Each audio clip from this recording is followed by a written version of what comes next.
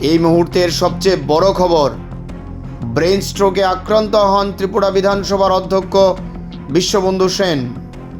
এক্ষেত্রে আরও একবার মানবিকতার উজ্জ্বল দৃষ্টান্ত স্থাপন করলেন সিপিআইএম পলিট ব্যুরোর সদস্য বিরোধী দলনেতা জিতেন্দ্র চৌধুরী। বিধানসভার অধ্যক্ষের আকস্মিক অসুস্থতার খবর পেয়ে সাথে সাথেই ছুটলেন হাঁপানিয়া হাসপাতালে। এখানে উল্লেখ করা প্রয়োজন, আচমকা ব্রেন স্ট্রোকে আক্রান্ত হন রাজ্য বিধানসভার অধ্যক্ষ বিশ্ববন্ধু সেন।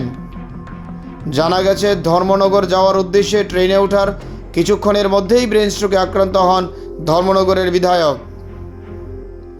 সর্বশেষ সংবাদ অনুযায়ী আশঙ্কাজনক অবস্থায় চিকিৎসাধীন রয়েছেন ত্রিপুরা মেডিকেল কলেজ হাসপাতালে।